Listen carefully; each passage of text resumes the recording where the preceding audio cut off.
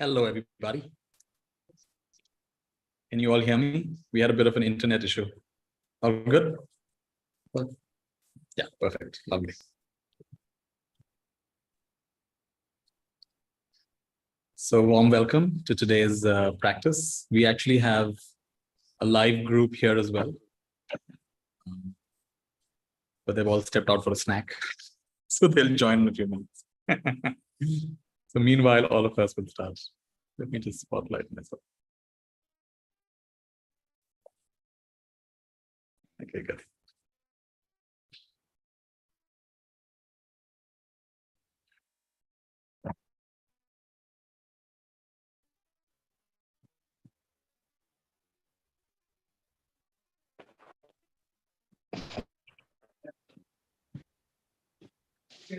All right, so just gonna mute everybody else for now.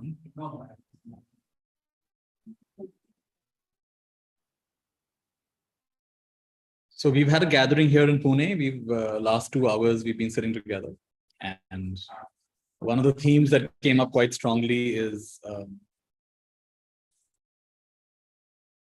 the importance of accepting yourself,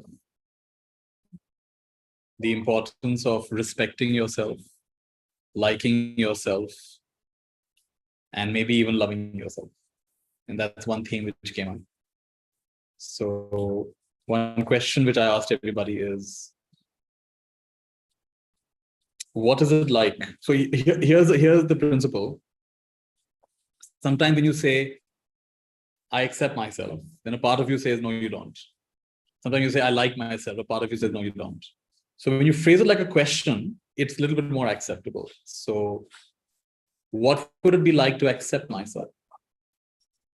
What would it be like to love myself? Even 2%. And we stayed with this question for about 10, 15 minutes. And that was one of the themes that came up before we began this call. So now I'd like to invite you all to just be quiet with me for 2, 3 minutes. We have people coming back from a little break. And we'll just start with that. But just join me wherever you are, just sitting comfortably. Close your eyes if you like. And just allow yourself to connect with yourself. And what I mean by that is connect with your own life energy. What is it like for you to be you right now? It might be tight, it might be bright, it might be heavy, it might be light. What is your life energy like right now? I find that the tremendous intelligence in just allowing yourself to connect with your life energy without expecting anything much. So just take 2, 3 minutes to do that. Connect with yourself, connect with your life energy, the way it's showing up right now.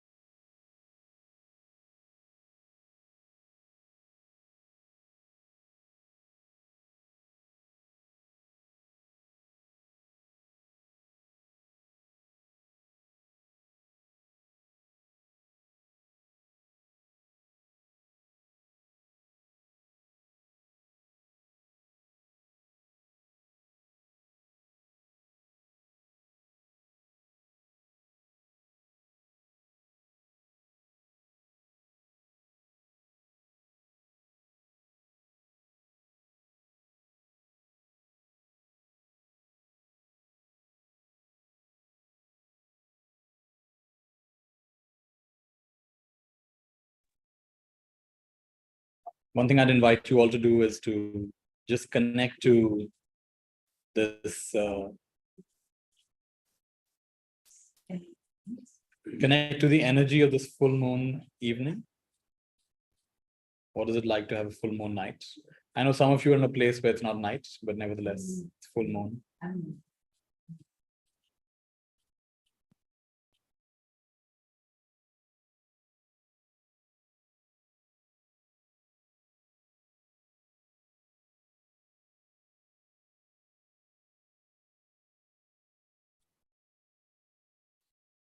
So just connect to the energy of the full moon and also connect to the feel of our togetherness.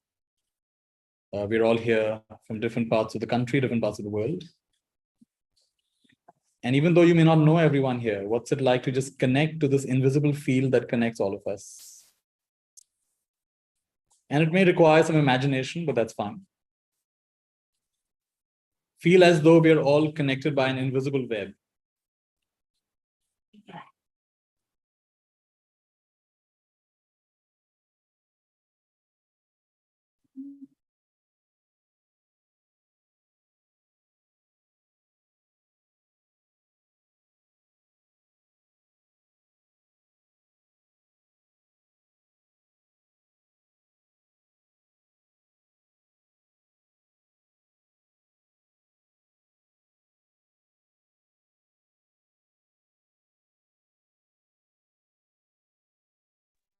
And I've noticed every time we do this, it's like we're tapping into a broader consciousness, a broader intelligence. And it's almost like we become one mind. Even in this group here that's gathered in Pune, we began with something like that. And someone shared that you brought up a topic that's very close to my heart. This is exactly what I've been going through.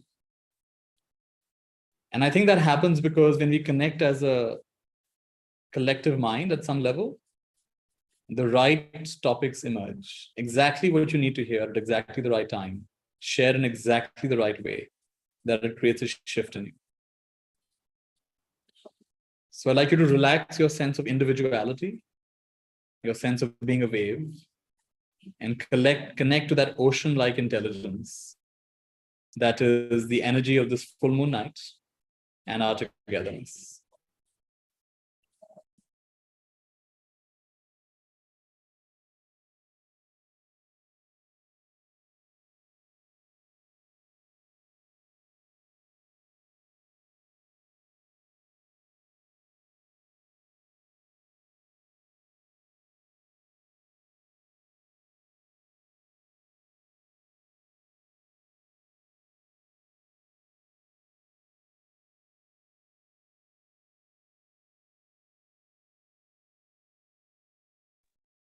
And it's a nice principle for life that you connect first and flow later.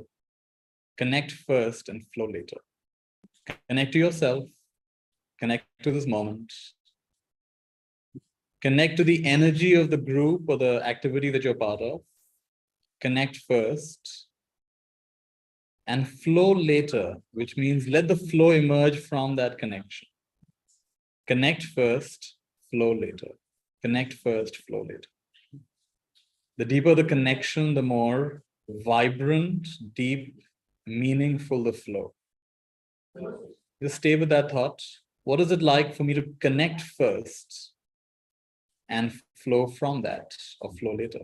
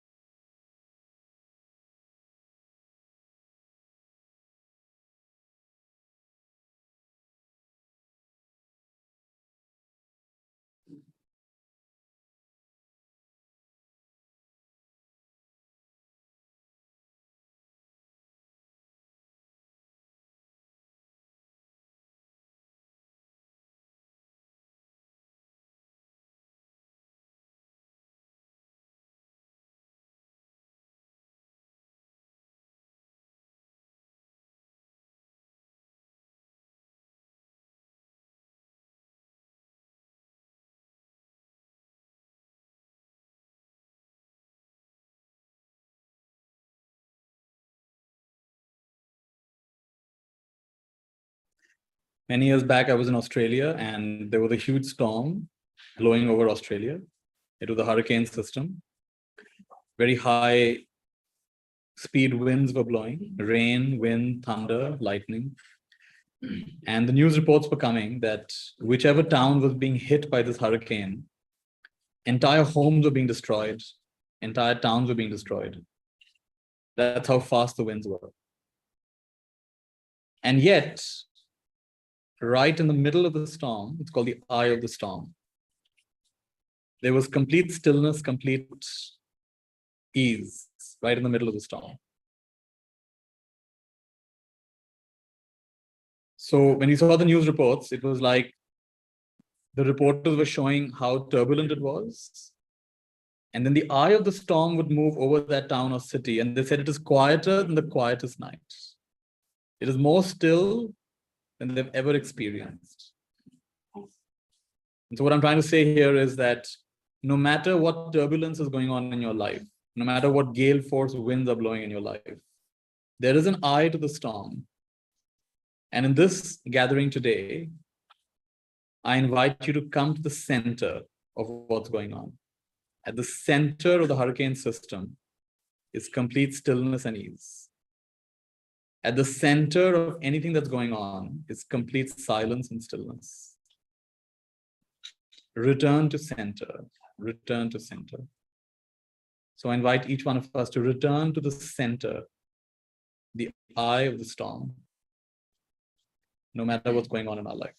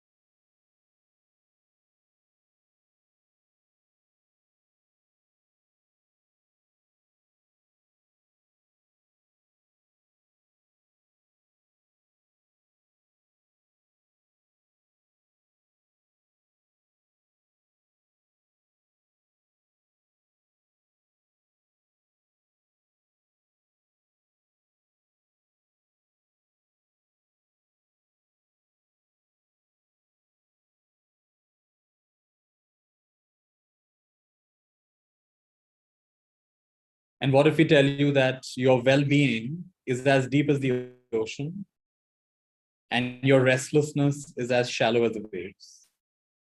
Your well-being is as deep as the ocean and your restlessness is as shallow as the waves. Stay with that thought.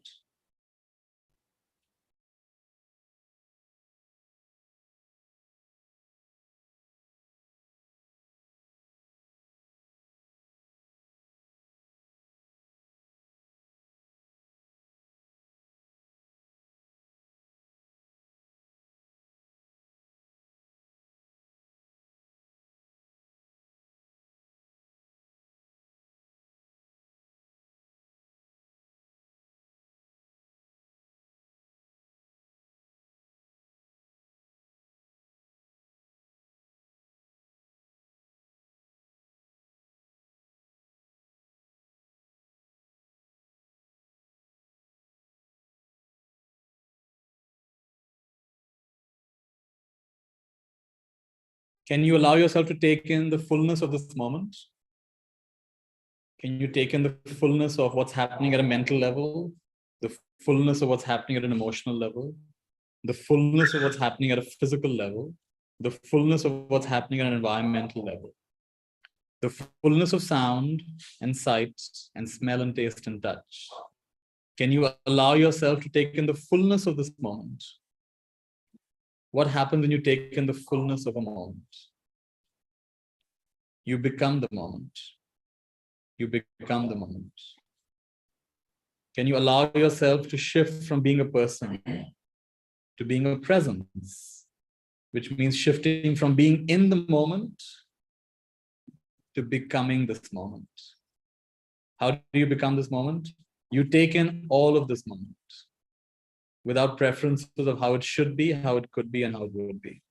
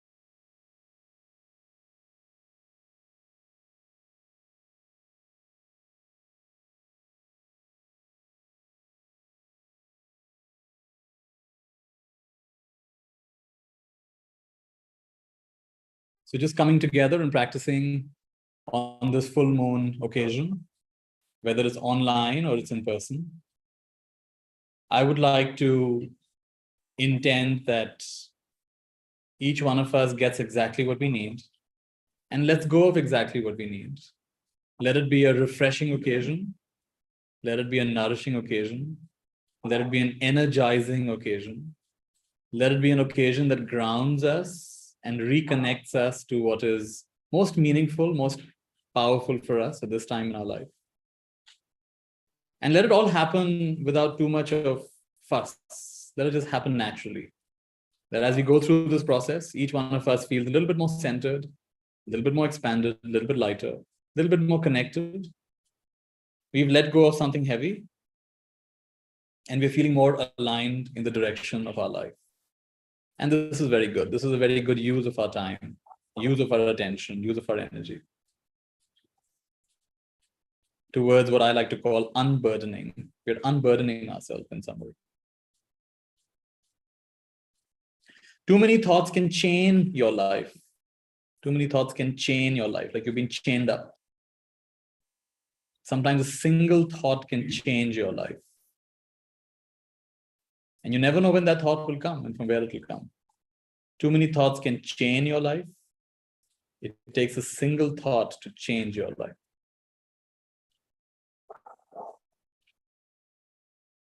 And it just takes a different perspective, a different way of looking at it. And everything shifts, everything changes.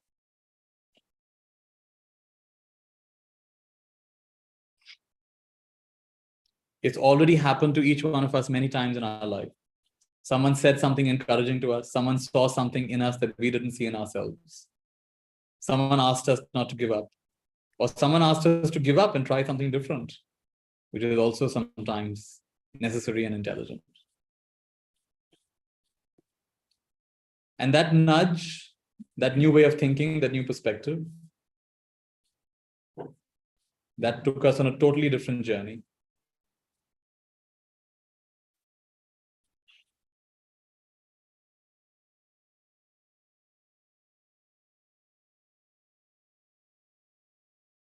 I love this quote by one of the great, I'm forgetting it was the Japanese Zen monk or somebody else. He says,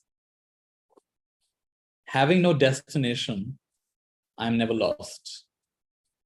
Having no destination, I'm never lost.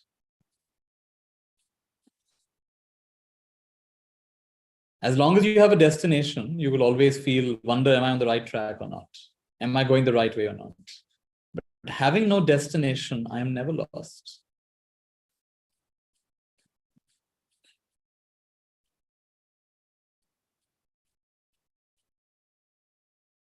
A very different way of thinking.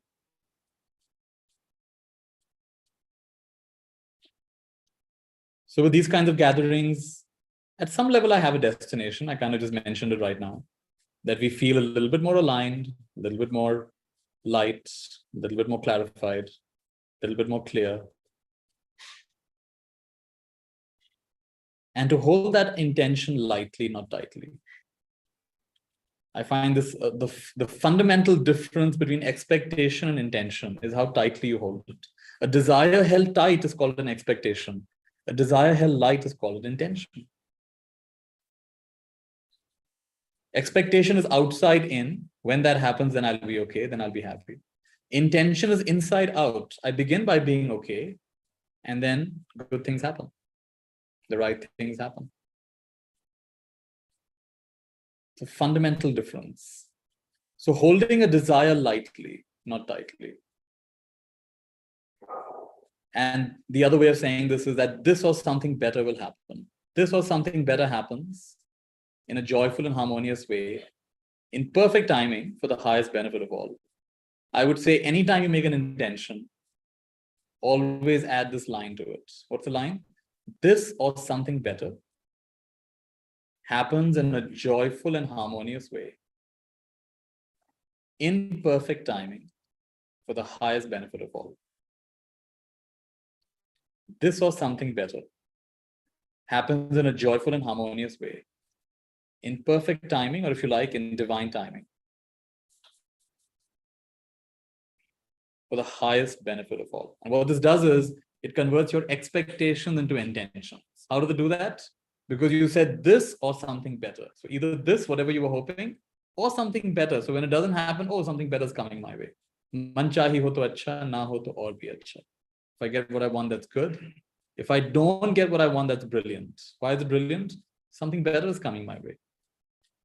If all of us could really, truly absorb this way of thinking, I cannot imagine suffering for any one of us. Why do you suffer? Because you think, oh my goodness, what I wanted didn't happen. That's the end of the road. It's not the end of the road unless you imagine it is. This or something better happens in a joyful and harmonious way, in perfect timing, for the highest benefit of all.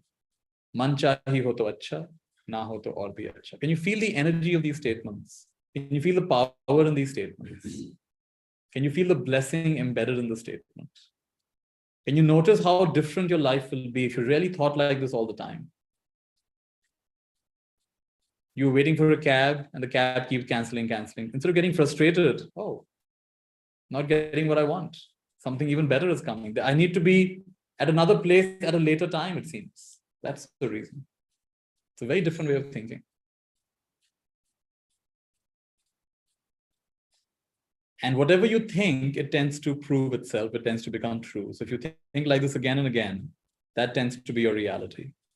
Yatha drishti tatha shrishti.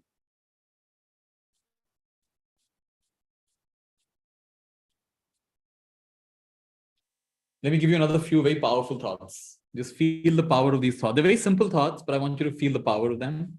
Don't dismiss them just because they're simple thoughts. First one. I deserve all that is good.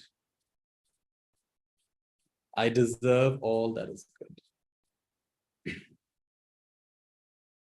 I deserve all that is good.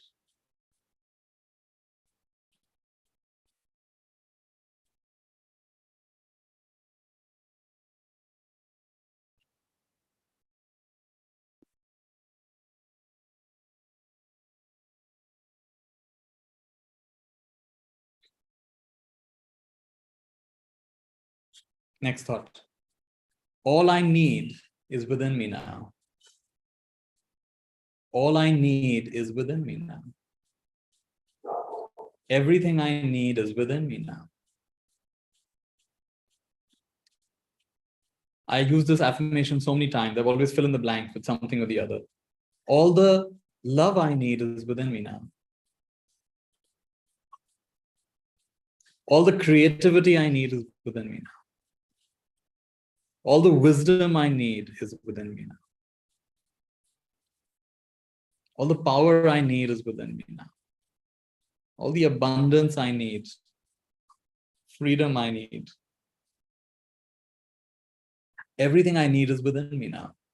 It's a simple thought, such a powerful thought. We'll stay with this thought for a bit. All I need is within me now. Like you're internalizing what you've externalized.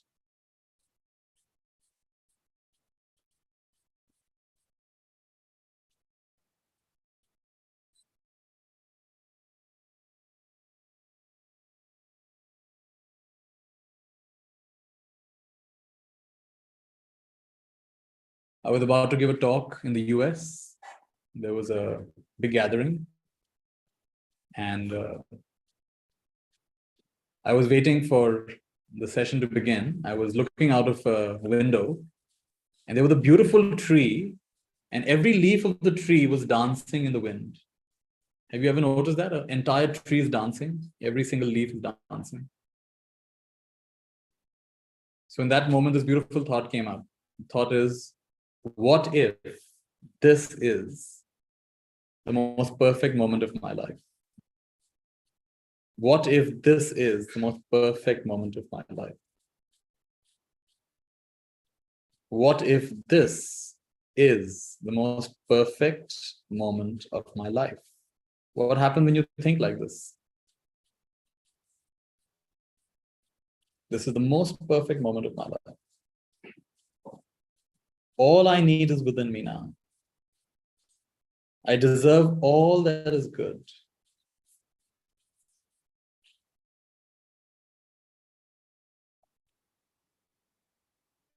This is a cute thought. The next one, the very cute thought. I'm the favorite child of the universe. I'm the favorite child of the universe. I'm the favorite child of the universe.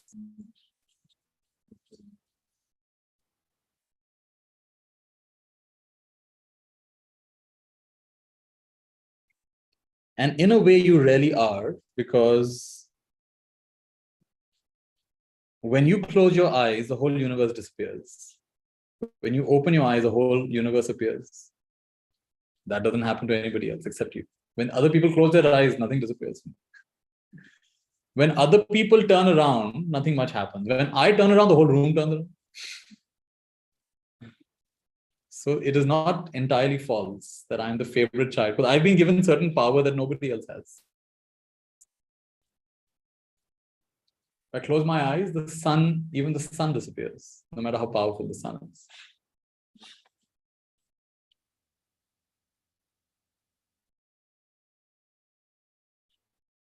So from this perspective, you're not just a person in the world.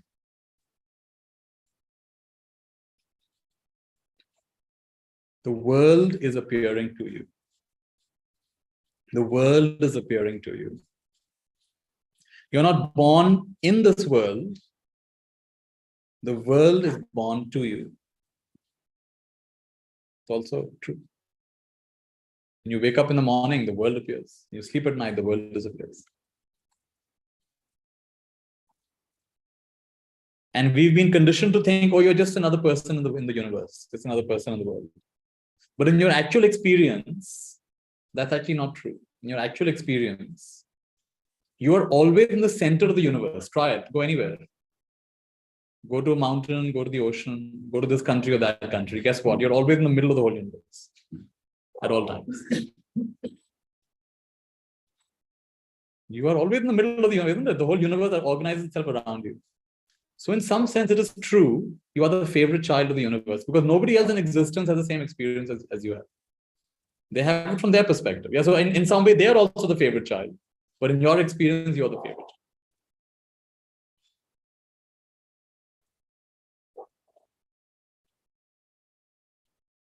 So imagine a very big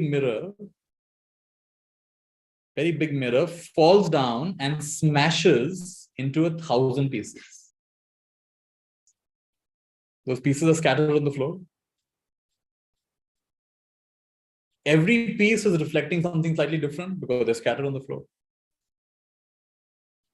But every piece is still a mirror. Right. So maybe what you call God, which I call God, God is the grand overall design. The grand overall design decided to shatter into millions and millions of pieces. And each one of us is that piece. So in one sense, we are broken. We have a funny shape. But in one sense, we reflect everything. And so this is the paradox of being human. We are very broken also. We are limited also. At the same time, we reflect everything else.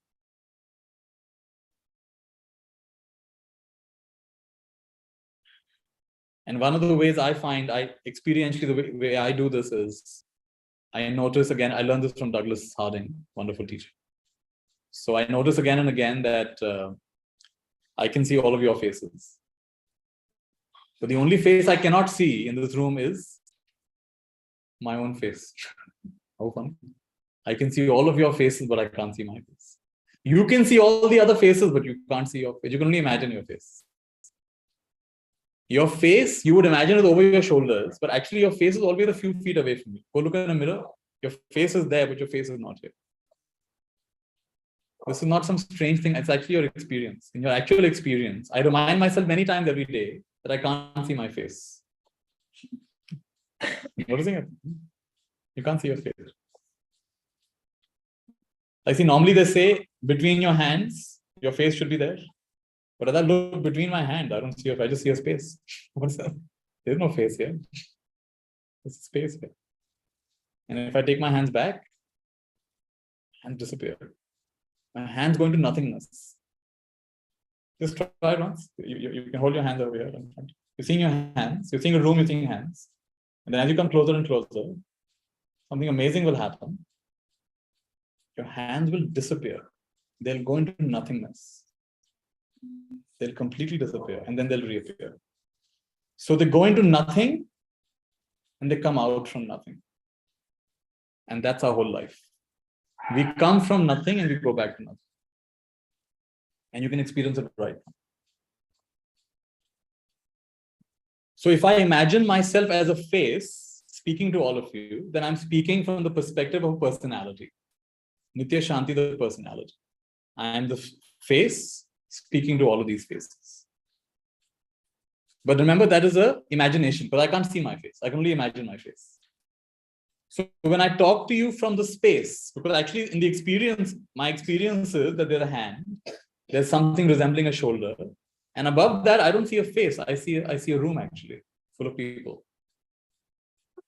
So on my shoulders, I'm not wearing a face. I'm wearing a room full of people. How strange is that? Isn't that your experience also? You should take this this is not a little joke. This is, I think, a very, very fundamental thing. It's fascinating. We're supposed to have a head on our shoulders, but wherever you go, you have the world on your shoulders.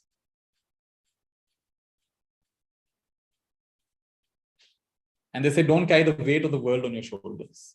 But you do, as long as you imagine you're having a face. But when you don't have a face, then it's just a space.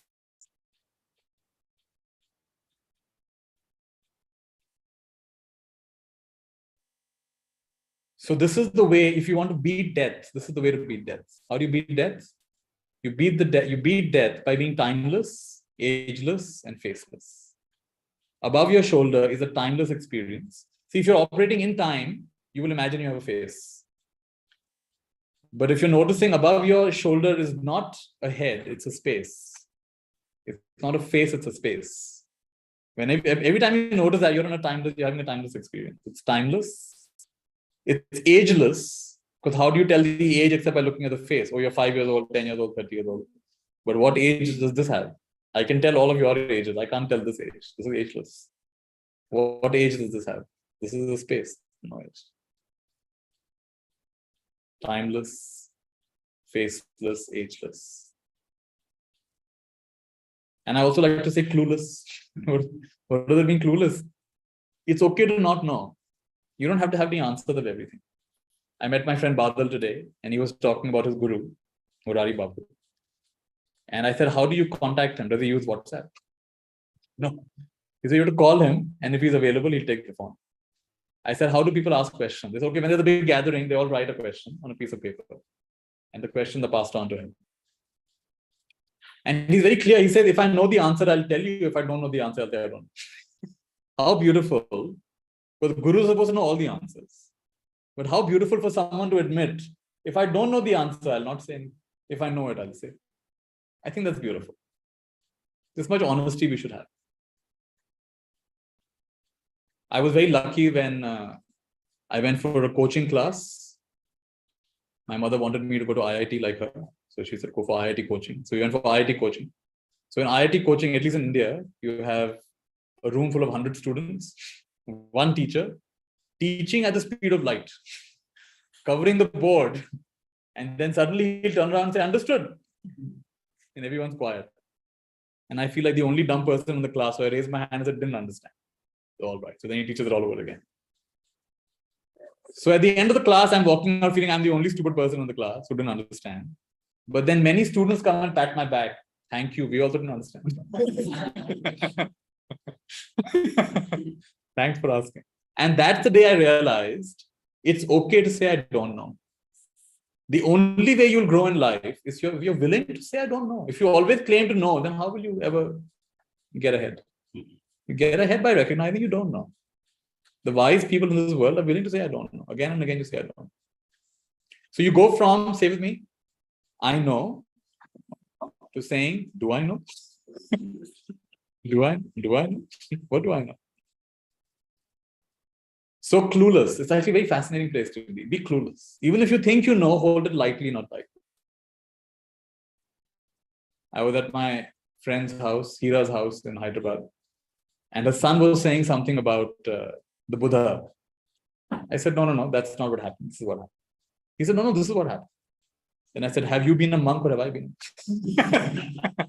And that was ego, right? That was ego saying, I know, you don't know. I know.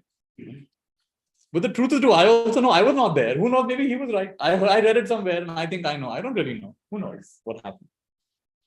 We'd taken a group to Bodh Gaya many years back. So we had a guide who had done a PhD in that area. What had happened historically in this area? So he's done a PhD. He's learned Buddha, this happened. So he's the guide. He would tell us the history of every place. I was like the spiritual teacher, so we'd have meditation and some discussion. And then there was one lady in our group. She had seen the entire, the Buddha serial. Have you seen? There's some Buddha serial, apparently. So she had seen the entire Buddha serial. So throughout the journey, whenever he would say something, she said, no, Buddha serial, man, this was not Buddha. So then he said, no, but this is what happened. I've done a PhD. He said, but I watched the Buddha serial. This did not. And then Nithya, you tell us what happened. I said, I don't know. I don't know. I'm clueless. So it's okay to be clueless. Even if you think you know, how do you know? So at the end, what difference does it make? So hold these things lightly, not lightly. Then life becomes very beautiful. One of my teachers, Ajahn Brahm, says that husband and wife are walking, having a beautiful evening walk. They're enjoying it. And there's the sound of a bird. So wife says, oh, I didn't know there are ducks here. I said, honey, that's not a duck, that's a chicken. So what are you talking about? That's not a chicken, that's a duck. Don't you know what a duck sounds like? So don't you know what a chicken sounds like? So now a debate starts. Chicken, duck. And he's telling you it's a chicken, telling you it's a duck. And after a while, she's almost trying and telling you it's a duck. And then he said, what difference does it make? In his mind, he thinks, what difference does it make, chicken or duck? Then he's okay, wait, let me listen again. He says, oh, I think you're right. I think it is a duck. And then she smiles, he holds his hand, says, yes, it was a duck. And then they happily continue their walk. And Ajahn Brahm is saying that how many of your fights are chicken and duck kind of fights? What difference does it make? Most of the things you fight about don't make any difference. Chicken and duck stuff. So pick your battles. Yeah, maybe once in a while you have to dig your heels, but not every time you have to dig your heels. So one nice thing to say is, to say with me, maybe you're right. Maybe you're right. Maybe it's true. Maybe it's true. So let's not fight. Because I love you. Try again, try. Maybe it's right. Or maybe you're right. Maybe it's true. So let's not fight. Because I love you. It's a nice way of dissolving these chicken and duck kind of situations. But you have the wisdom to say that. Maybe you're right. Maybe it's fine.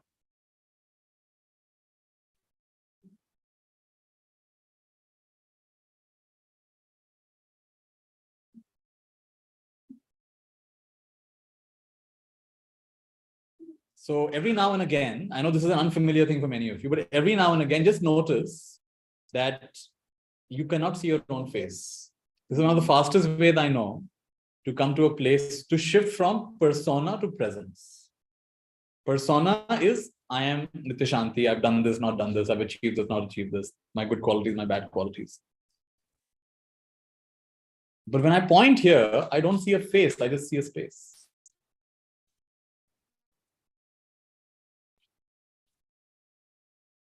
Also, we imagine we have two eyes. Because we've seen in the mirror, we have two eyes. But if you ever do something like this, right? Two eyes, right? But you bring it closer, closer, closer, and you bring it all the way in, you'll notice they're not two anymore, there's only one. So you're told you have two eyes, but in your experience, you always have a single eye.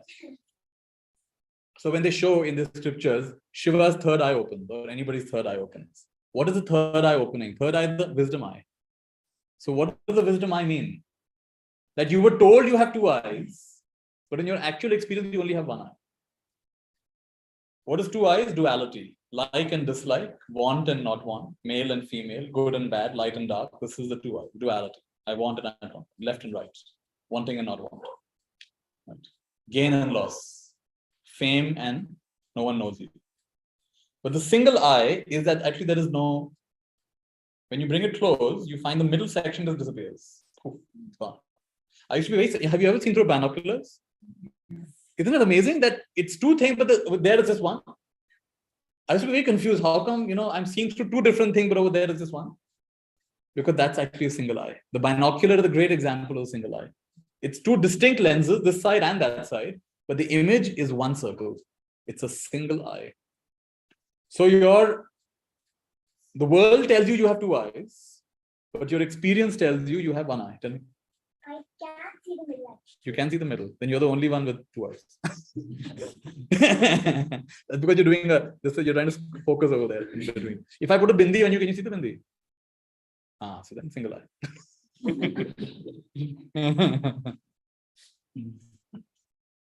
And let's just look in the room. Like if you had two eyes, then you would see, of course, anatomically you do have, like at a physical level, you have two eyes. But in your experience, I'm saying come to your experience. In your experience, it's just one eye that's looking. It's not two eyes that's looking. Suppose I was to put a tube, right? Like a pipe between your face and my face, right? Then I say, now look through the tube. Okay, you can maybe imagine a tube here. Now count how many faces do you see? If you look through a tube, how many faces do you see? One. Yeah, I see your face. I can only see one face, and you can only see one face. So now you say, I take a journey back from your face to this side, and there it's a face, and as I come this side, it's a space. So we say, have you heard of this phrase? Face-to-face meeting. We'll have a face. Have you heard this? People say we'll have a face-to-face meeting. Yeah, once you heard someone say we'll have a face-to-face meeting. But the truth is, you've never had a face-to-face meeting in your life. It's a face-to-space meeting. Isn't it? It's face to space. Now, as children, both of you are young, notice the time you feel unhappy, insecure, is when you're with your friends, but you're feeling, oh, I don't look good. My hair are not right. I haven't done something right. Maybe, whatever. They've all put makeup, I haven't put makeup, whatever it is, whatever you think. Oh, they've got nice earrings I don't have. So you're actually imagining your face and you're imagining how they're better than you in some way. But the time you feel happiest is when you've forgotten you aren't the best friend, you forget trying to look good and be good. You're just normal, right? You forget everything. So your happiest moments in life will be when you forget you have a face. Or you stop imagining that you have a face, actually. Because actually you can't see your face, except for the few times in the mirror when you look. So Douglas Harding would say, the guy in the mirror is in big trouble. Or the gal. Why are they in big trouble? Because look, every day you look, new wrinkles are appearing. Teeth are getting shaky. Color of hair is changing, right? If there are hair. So, and it's getting worse and worse and worse. So it's the guy in the mirror is in big trouble. Maybe you'll not notice it immediately, but you'll notice it as you go along. You guys are young, so you right now it's getting better and better. Oh, I'm getting taller and taller. But at some point, oh, what's happening? It's not as good as it used to be, right? So the guy in the mirror is in big trouble, but the guy here is not in any trouble. And which is why I don't really bother wishing people on their birthdays. I still wish a little bit, otherwise people get offended. But I don't really believe in that concept. Because if you're looking at your face and saying, I'm aging, I'm aging, I'm aging, you will always be upset, insecure, you'll be in trouble. You say, oh, what have I done with my life? 20 years have passed, 30 years have passed, 50 years have passed. What have I done with my life? You will assume the quality of your life is what you've achieved and done in your life. But that is imagining that you're the person in the mirror. But you're not the person in the mirror, you're the space within which all of this is arising. It's a very simple thing, but it's a very profound thing. And notice how the space accommodates all of you, right? Some of you I've never met before. Some of you have met before, but it accommodates all of you. Some of you have come here with loving intentions. Some of you were dragged over here. Some of you can't wait to leave. Some of you may even want to come and punch me, but it accommodates all of you. It doesn't say, oh, this one's not allowed. The space accommodates everyone.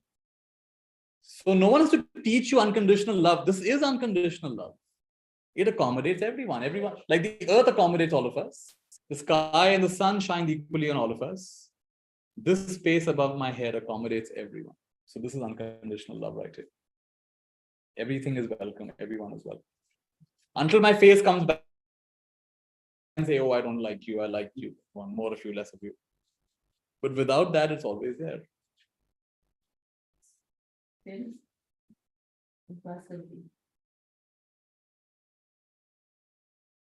So it's a very simple thing, but a very beautiful thing.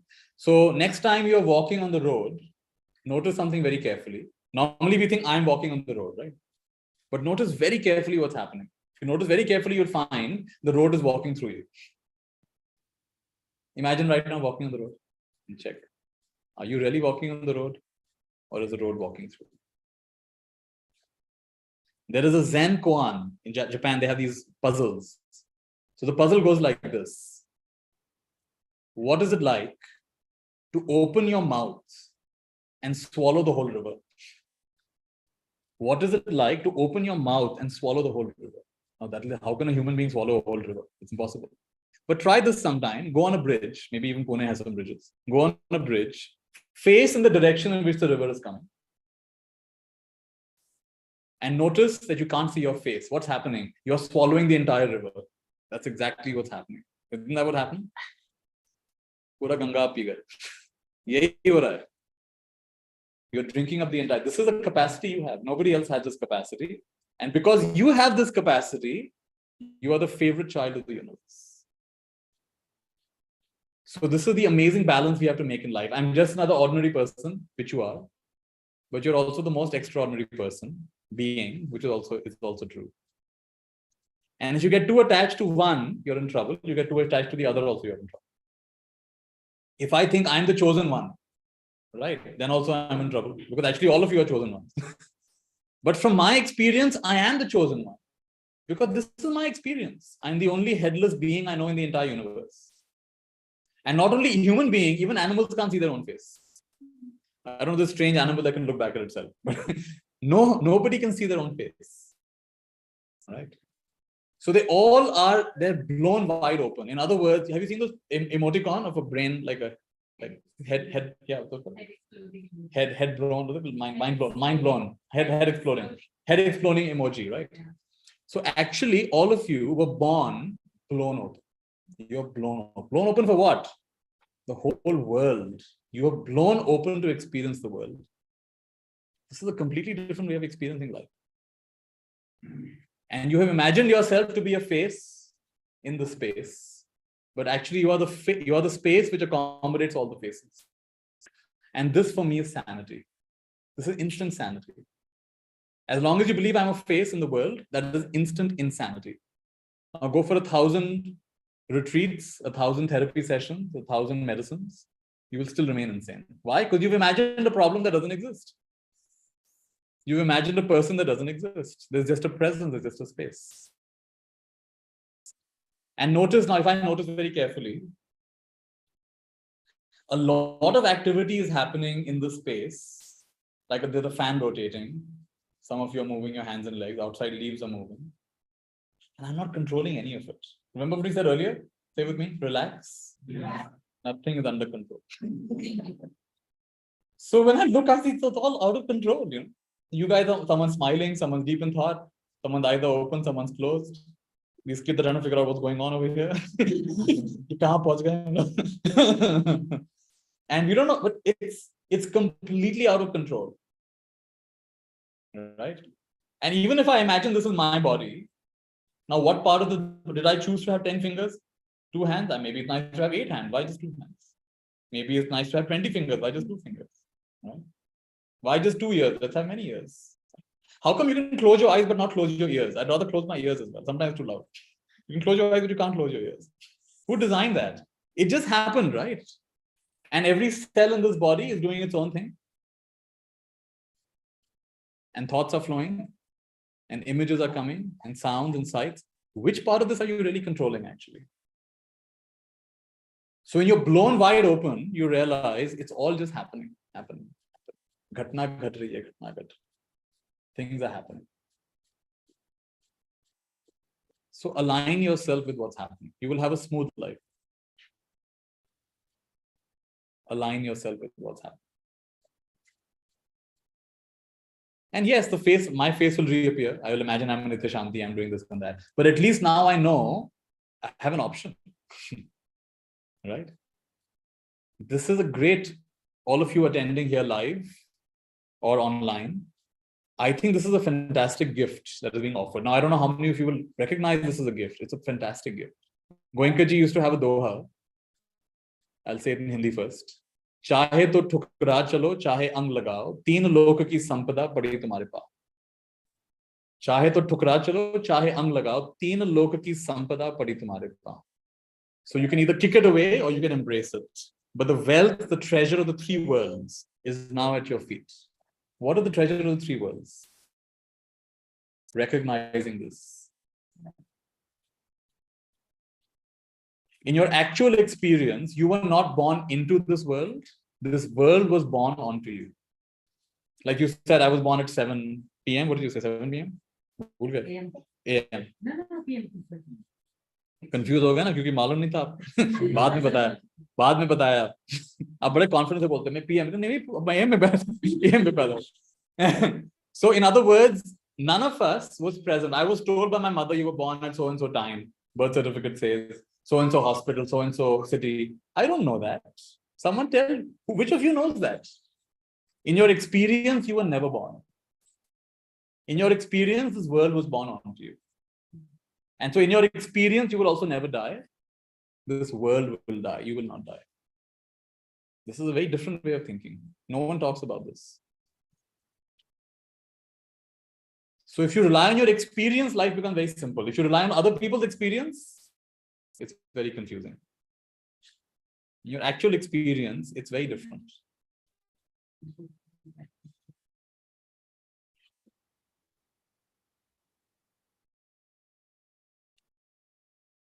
And you can make peace with how, like right now, these 2 girls got up and walked away. And I can't control that. I can't say stay, I can't say walk away. They got up and they walked away. They may come back after a while.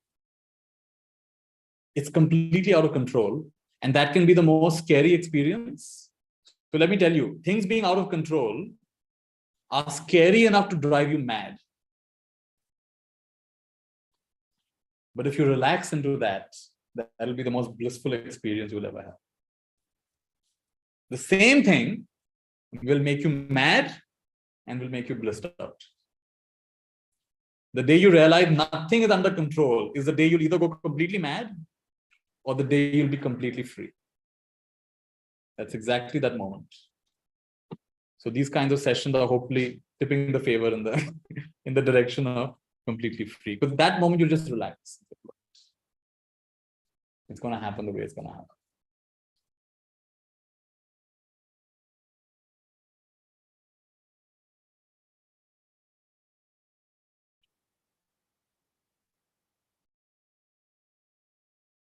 "21 comments."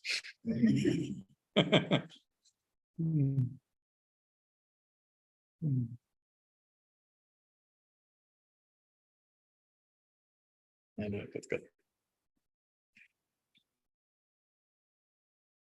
Easier said than done when some mad moment comes, Nithya sir. And I like to always, you'll find that I do a lot of this. I turn everything around. So I will say easier done than said. Because you know what you're doing right now? You're imagining some mad moment. You might have imagined some past mad moment. This person is saying easier said than done. So what's happening? As I'm speaking, they're imagining some past mad moment, or somebody in their family right now going through a mad moment. They think, this is all this doesn't work. So you're imagining. And so I'm saying to you, easier done than said. Because right now you're imagining something. You think, I can't do that. That's too hard. Why? You're trying to control it again. You say, I've learned something. How do I apply it in that moment? You can't. You can't. Like one thing I learned is that you can't get wisdom. Wisdom gets you. You can't get wisdom. Wisdom gets you. What does it mean it gets you? You got to forget yourself in the moment of wisdom. As long as there's a Nithya Shanti here delivering wisdom, sorry, that may be knowledge, but it can't be wisdom. It's stale. There's something dead about that. You can't get wisdom. Wisdom gets you. So stillness speaks, silence speaks. So I would say, reverse the thought, Aditya, and say easier done than said. And welcome all these so-called glad and mad moments. And just go with it. Does this contradict law of attraction? I'm not sure what the contradiction is. Law of attraction is that, what is law of attraction? Who knows? What is law of attraction? Now, बताइए. जो शिद्दत से चाहते हैं, आप तो शाहरुख खान का dialogue होता है. किसी चीज को बहुत शिद्दत से चाहते हैं, किसी चीज, सारी कायनात आपको हासिल करने में लगेगा. You have positive, whether it's positive or negative, it will attract it. So positive attracts negative or positive attracts positive? Positive. Positive to positive. Magnet में तो उल्टा ही होता है. मैग्नेट में तो पॉजिटिव नेगेटिव होता है. सब कंफ्यूज हो गए.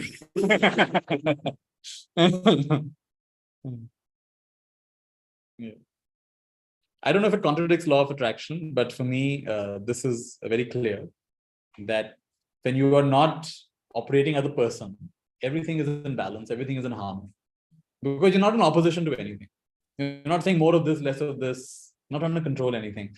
Even law of attraction then becomes irrelevant. Why do you need law of attraction? Because you want to attract good things and not attract the bad things. Right. One question I often get is, Nithya, what I intend for others always happens, but what I intend for myself never happens. It's a very common question, I guess. How come it's working for others but not for me? Maybe you're more relaxed when you're wanting it for others. Maybe you're more uptight when you're wanting it. Or maybe you feel you don't deserve it at some level. Right? Who knows what it is? But suppose you were at a space. You know, this beautiful thing I read years back. They asked the sages of our country, how come you live so simply? You hardly have any clothes. You just have, one simple bowl from which you eat your food. How come you're satisfied with so little? So the answer was very beautiful. I used to imagine the skin. This is my body. I used to imagine this is my body. Then one day I realized the whole universe is my body. Oh, wonderful. Then one day I realized the whole universe. That's all. Then one day I realized the whole universe is my body. Now, when the whole universe is your body, what will you want? It's only when you imagine you're this body. So like, when was the last time in your vision board you said, extra liver will be nice? Extra kidney will be nice. Extra teeth will be nice. Extra tongue will be nice. Have you ever? No one writes that. Why? Because I already have it. Right? You ask for what you think you don't have. All right. Extra house would be nice. Extra car would be nice. Extra whatever, $1 million would be nice. Because you imagine that will make you okay. So the sages of our country said, I used to imagine I'm this body, but when I realize I'm the whole universe, then I'm very comfortable with everything. So this is what it means to be blown wide open. Now, what will you go to that sage and say, tell us about law of attraction? The what law of attraction? Everything in this world is in dynamic balance. The good and the evil are in balance. The up and the down, the night and the dark, they're all in balance. And I've come to a place where I recognize it's all in balance. The only one who says it's not in balance is the one who has a point of view, drishtikon. From a point of view, like for example, when it rains, someone's happy, someone's unhappy. Have you noticed? Someone's very happy it rained. No need to clean my car, no need to water the garden. It's all done today. Farmer's very happy. But then somebody else, our trip got spoiled. Our picnic got spoiled. The same rain, which is so innocent, is now having different impact on everybody else. It's all like that. In this situation, the global economy is going through something right now. And a lot of people are having struggle, but there's some people who are benefiting. During COVID, a lot of people struggled, but some industries really benefited. Yes. So then, now if you're part of that family, you're very happy. Things are going well. Never seen business like this before. Never seen profit like this before. Yeah. IT people also. Chitra was telling me that, she said, can I please take the laptop home to work? They said, no. Company policy, security, many, many layers. You have to come to office to work. Then few days later, okay, COVID, take the laptop. What happened to office security and all of that? 2 days later, take it home. And now they don't want you to come back only, stay there. Okay, now they want you to come back maybe. But so what happened, right? So it's all quite fun. IT ka Shanti. Time. Actually, she wish na Papa मेरे साथ ही रहना चाहिए. आपके वजह से Covid हुआ है. बड़ी पावरफुल विषय है.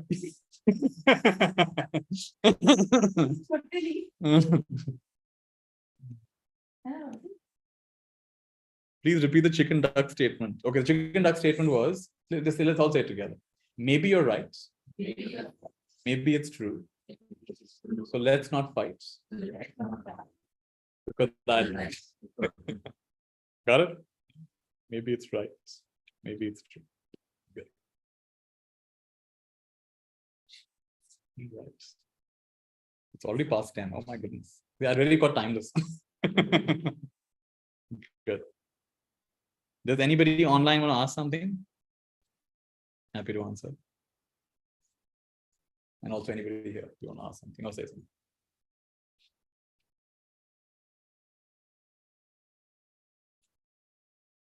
Go ahead, ND.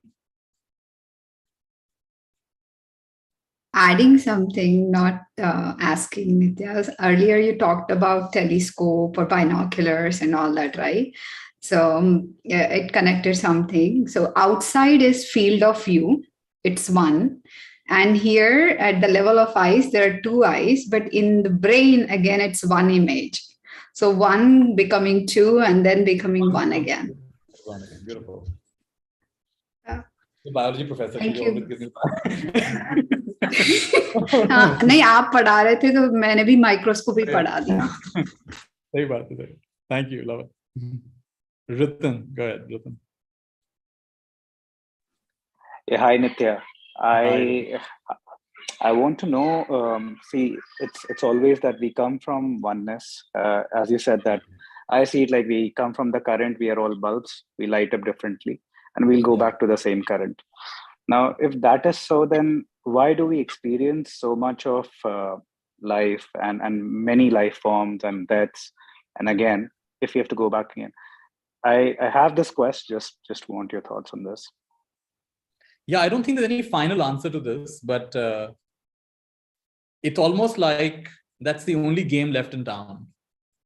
When you are already one, see, let's imagine for a moment you know everything. You know everything, you have everything, you're all powerful, all knowing everything. The only game left in town for you, the one game left in town for you is to forget that for a while. There is no other game left. Because if you know everything, if you're all knowing, all powerful, all capable, the only game left in town is for a little while forget. Why? Because it'll be so good to remember it again. I don't know if this is a perfect answer, but this is something that kind of makes sense to me. That if you were that powerful, then the only thing once in a while, let's forget. Like, why do all of us once in a while want to watch a movie? No matter how good your life is, once in a while you want to watch a movie. Once in a while you want to. Why? Let's just forget all of this. Let's go into another world. And sometimes a scary movie, sometimes a comedy movie. Let's just experience a different world. No matter how comfortable you're at home, let's go for a holiday to another country. Right? Why? You're happy here? But let's go. Let's experience something different. So that seems to be the only reason. And according to some of the scriptures or some of the ancient traditions, that is the perspective, that it's the only game left in town. I don't think that's the final answer to your question, Ratan, but that could be one perspective. Aditya, go ahead.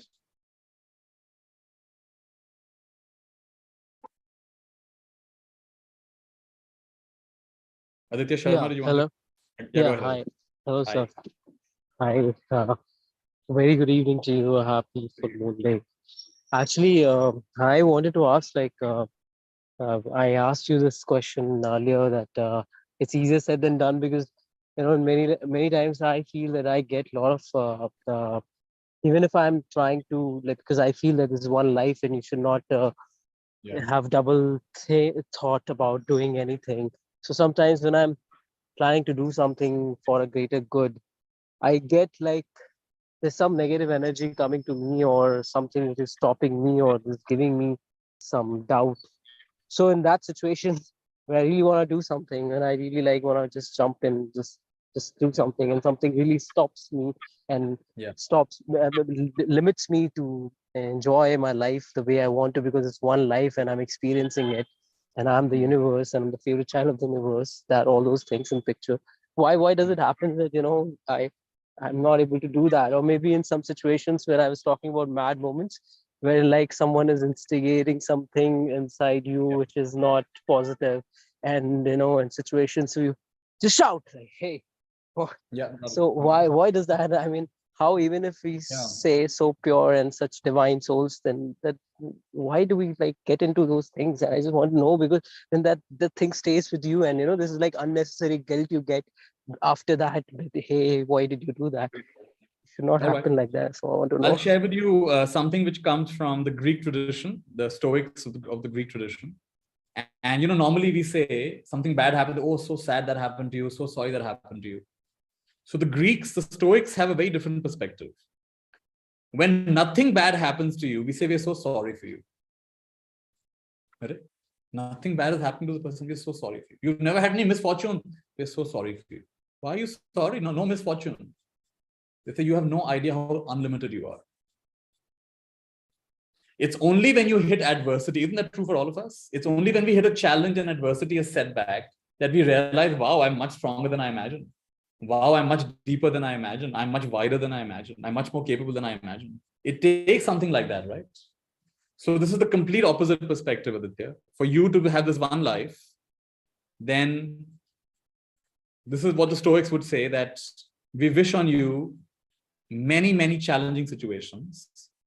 And you have to say, bring it on, bring it on, bring it on, bring it on. Your mantra has just to be, bring it on, bring it on. What's troubling you is not the situation, it's your resistance to the situation. The situation is absolutely innocent. It's just something that's arising.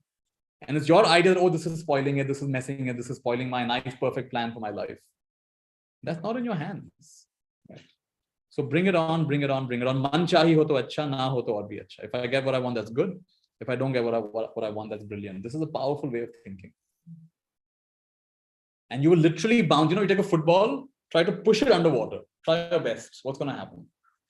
It's just going to, the more powerfully you push it underwater, the more powerfully it's going to come up. That's what a football does. That's how it behaves.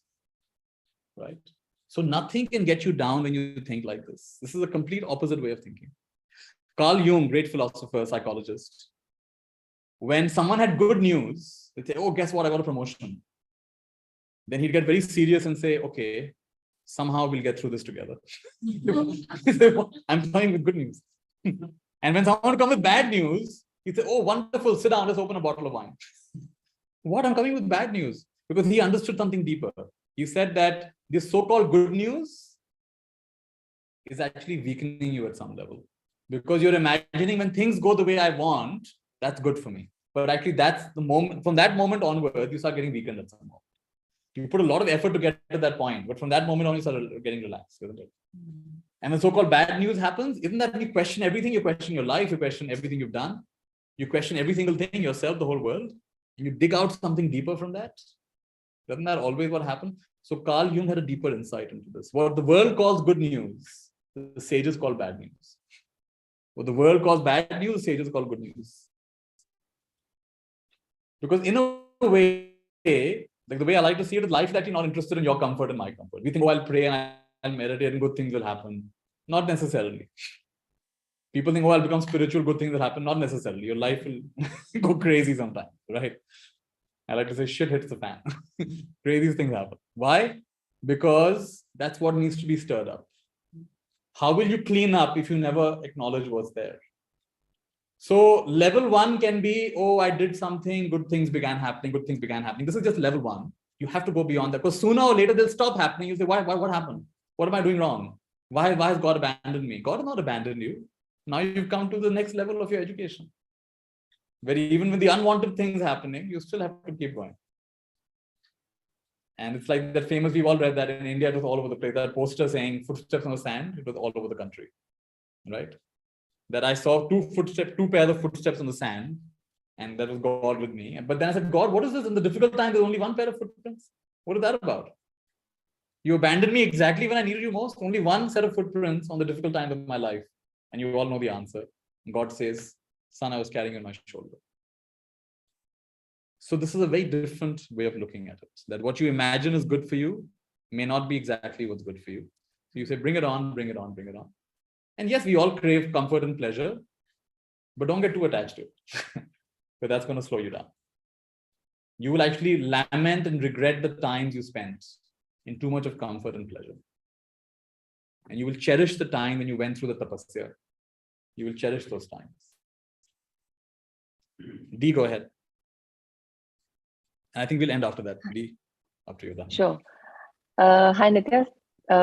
Thank you for this session. And I quickly wanted to share a quick an experience. So over this past weekend, or rather this weekend, I had enrolled for a 3-day retreat with a meditation center in the hills, very close to our home, about 25 minutes away, so not far. And then I checked in at Friday night, and then this meditation began on Saturday morning.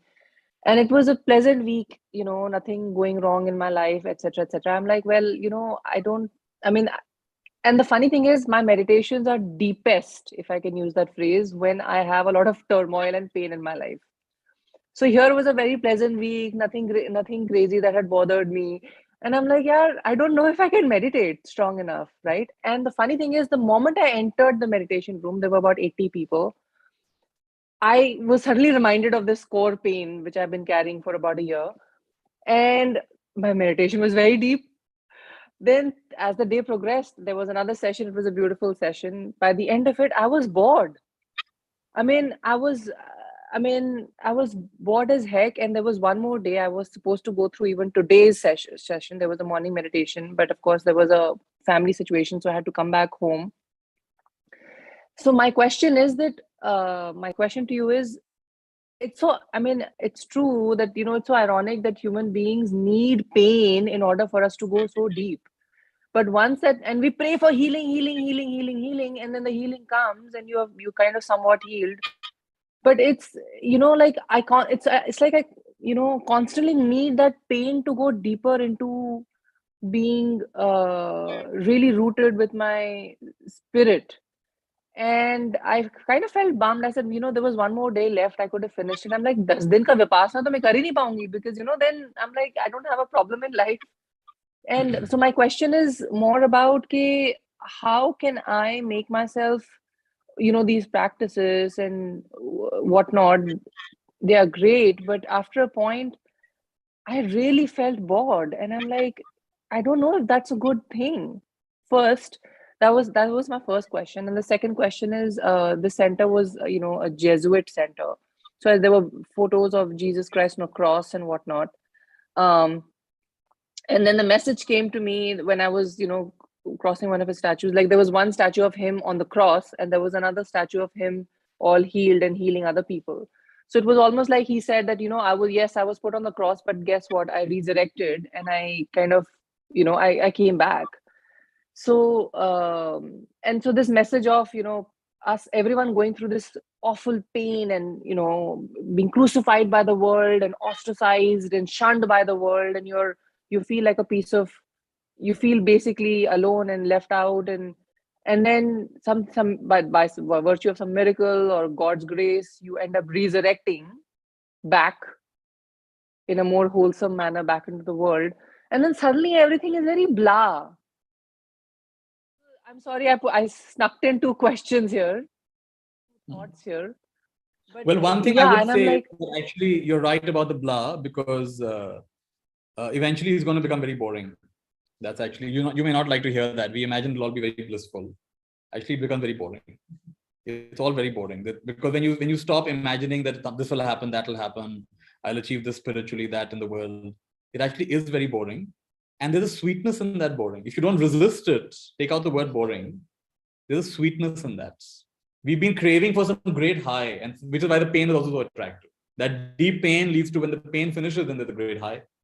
I used to go for these Vipassana courses where for 1 hour you can't move. The best part of that 1 hour is the last 2 minutes. There's a certain music that's played, a certain sound that's played. 2 minutes left. The best part of that hour is those 2 minutes. Khatam hone wala hai. So the intensity builds up, and then you open your legs, and you've never felt as good as opening your legs. Nothing was so wonderful as opening your legs, right? No pleasure in the world can compare to the opening of the legs after being sitting there for 1 hour. That is like bliss. But you went through torture to get to that bliss.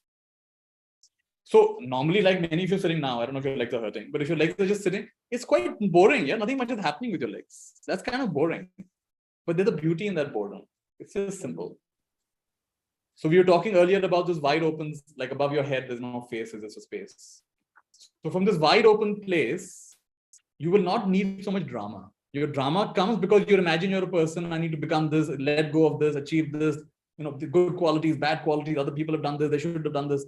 All of this drama is what makes you seek out drama. Then you cry, you get emotional, then you hug and you kiss and you say, oh, life is good again. And you again starts all over again. But that's because we imagine we are a person.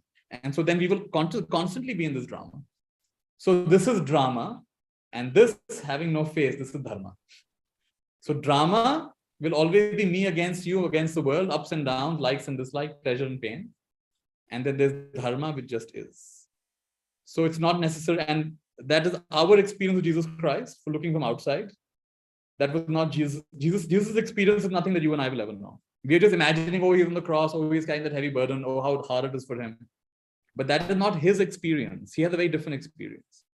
He's actually blessing, forgive them for they know not what they do. And then in a moment, his humanness comes back. Why have you, what did he say? Why have you forgotten me? Why have you forsaken me? Forsaken me. Yeah. Why have you forsaken me? For a little while, his humanness comes back. He says, okay, I'm a person who's suffering. But then again, forgive them for they know not what they do. Right? So he's alternating between being a person and being a presence. That's his experience. So we can only imagine what his experience was. We can't really know much. And the way is it true that you need pain in order to really go deeper into meditation? Like I honestly felt if you're that till the time that I was reminded. If you're that preoccupied, you'll need a slap. See, life will first give you a gentle hint, like a mother will first talk gently. Then she'll speak a little more firmly. Then a tight slap is coming, right? So if you have not listened to the gentle whisper, if you've not listened to the little encouragement, then a tight slap has to come, right? It's not that only the pain comes. My experience is if I listen to my intuition, I don't have that much pain. But if I neglect it, then number one, I'm going to have heavy emotions, ups and downs. And then after that, nice tight slap will come. Some way or the other, some major thing will happen in my life. But I find more and more, I catch it at the intuition level, or at the most, I catch it at the emotional level. And now, rare and rare, it comes at a tight slap. Very few tight slaps creep through. So I would say for you also, same thing will happen. Catch it at the intuition level or catch it at the emotion level. Don't wait for the tight slap. Not required. Thank you. And last question, I don't want to add more, but so now that I don't have any touchwood turmoil in my life, how do I center myself to really enjoy meditation. Otherwise, I don't enjoy meditation as much as I do when I'm in pain. So just continue with I would it ask a despite it fundamental being boring. question. You might not like the answer, but why do you have to meditate? Why do you have to meditate? I mean, honestly, I don't meditate that much anymore. I just enjoy doing whatever I'm doing. Why do you need to meditate? Who told us we have to be born and sit for 3 hours a day, 1 hour a day, half an hour a day and meditate? If you're really going through a lot of turmoil, yeah, there can be a medicine. But you don't need the medicine once you're no longer sick. Thank you. You don't need the medicine when you're no longer sick. I don't think so. If it's giving you a lot of joy, like in your case, it's not giving you joy, then why are you forcing yourself? Yeah. Thank you. Thank you. So many, in the name of meditation, what all is going on? Sleeping is going on. Imagining, daydreaming is going on. Right? Exactly. Planning a revenge on someone is going on. How many people are actually meditating? How many people are actually meditating anything, right? Oh, when you're meditating, you think of the things you have to do. When you're doing things, I wish I could meditate more. I mean, what is... It's all messed up. You know? Just live your life. That's what I would say. No one's going to come from a meditation course anymore. How wonderful.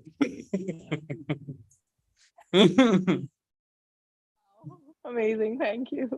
You know, I'll tell you one last thing over here. In a lot of my meditations, I'll do it all. Everyone does it online or offline.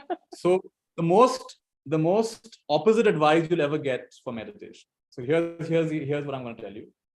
For the next 30 seconds, whatever you do, don't be in the present moment. All right. So time starts now. For the next 30 seconds, whatever you do not be in the present moment.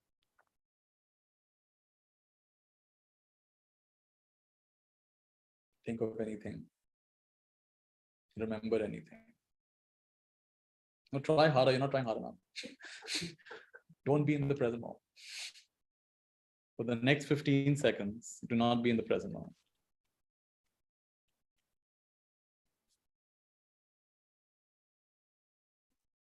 How many of you were successful? Wasn't that the most present you've been in this entire evening? Now, isn't there some insight in that? When I say close your eyes and be present, none of you are present. When I say open your eyes and don't be present, you're all fully present. Isn't that true? Yeah. So there's some insight in this. This is not just a little trick. There's a deep insight in this. Yes, yeah, Nithya, I was completely present. You see that? So this is the opposite of what you expect. So sometimes the best advice I can give you is, under any condition, do not meditate and do not be in the present. Nithya, I can't help. Everywhere I'm meditating. Everywhere I'm in the present. That's what's going to happen. Because you're not trying so much anymore. The trying is what's messing it up. Just be natural. It's all happening. Lovely. We'll take a minute. What?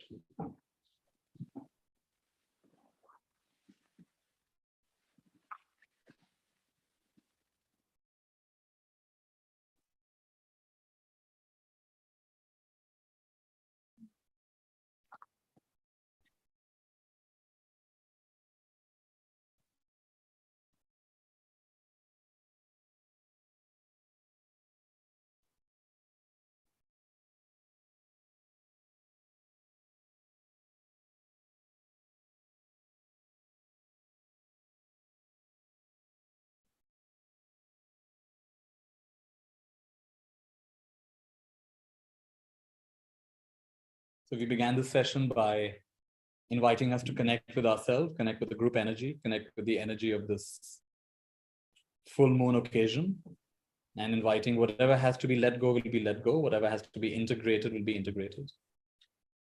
And it's happened. To whatever extent it had to happen, it's happened. Some of you are feeling very relieved. Some of you are feeling partially relieved. Some of you have been stirred up. A new perspective has been offered. And whatever needed to happen this evening has happened. It's all good medicine, whether it was pleasant or unpleasant, it's all good medicine. So with that, with satisfaction in our hearts, we'll all take a nice deep breath. You can open your eyes and we'll make a beautiful symbol called Mayurma. Take your hands up. Slowly bring them down. Make a big heart in the air. Put one palm over the other and make an infinity symbol 3 times. First time. Second is bigger. And third is huge. Come to your heart. We will all say together, Mayur. Make it thrice in your heart as well. First time in your heart. Second time. And third. Mayur. Right. Thank you all for joining.